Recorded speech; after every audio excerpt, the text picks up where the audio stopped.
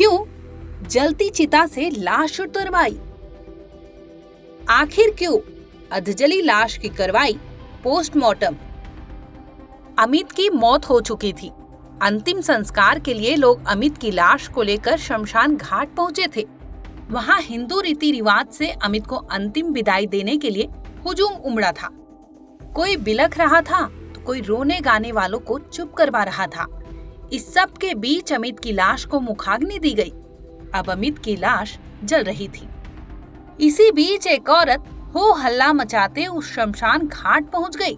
वो लगातार चीखने चिल्लाने लगी, लाश को चिता से हटा दो, लाश को चिता से हटा दो। वो महिला चीख चीख कर यही सब कह रही थी। इसके साथ ही उस महिला ने आरोप लगाया था कि अमित की मृत्यु कोई नेचुरल मृत्यु नहीं थी।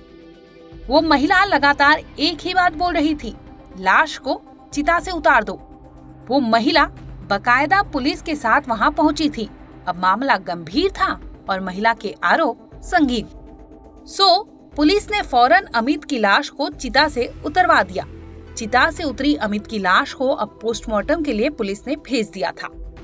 आखिर अचानक उस महिला ने ऐसा क्यों कहा और अमित के मौत के पीछे क्या थी कहानी, जिसकी वजह से जलती चिता से लाश को उतरवाया गया और साथ ही डिमांड कर डाली पोस्टमार्टम करने की। दरअसल मामला यूपी के गाजीपुर का है, जहां पर एक पत्नी की शिकायत पर पुलिस ने मृतक के शव को चिता से उतरवा लिया और उसे पोस्टमार्टम करने के लिए भेज दिया था। बता दें कि 10 दिन पहले फुलनपुर के रहने वाले अमित की संदिग्ध परिस्थितियों में मौत हो चुकी थी। उसकी मौत के बाद परिवार के लोगों ने उसका अंतिम संस्कार करने के लिए हिंदू रीति रिवाज से शमशान घाट ले गए थे। इसी बीच मृतक अमित की पत्नी मनीषा पुलिस के साथ पहुंची और जलती हुई चिता को बुझाकर लाश को उतरवा लिया था।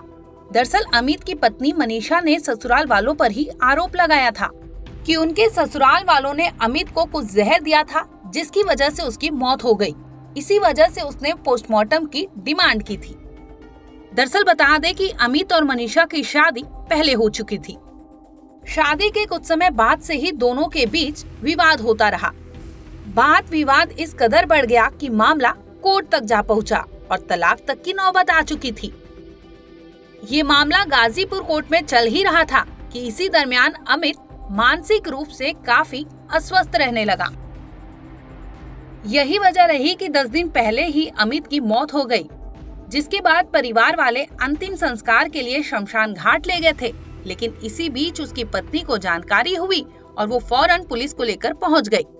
पुलिस को उसने बताया था कि अमित को ससुराल वालों ने जहर दिया था, जिसकी वजह से उसकी मौत हो गई। पुलिस ने पोस्टमार्टम के लिए अमित की बॉडी को भेजा था, लेकिन पोस्टमार्टम रिपोर्ट में कुछ भी ऐसा खुलासा नहीं हुआ था।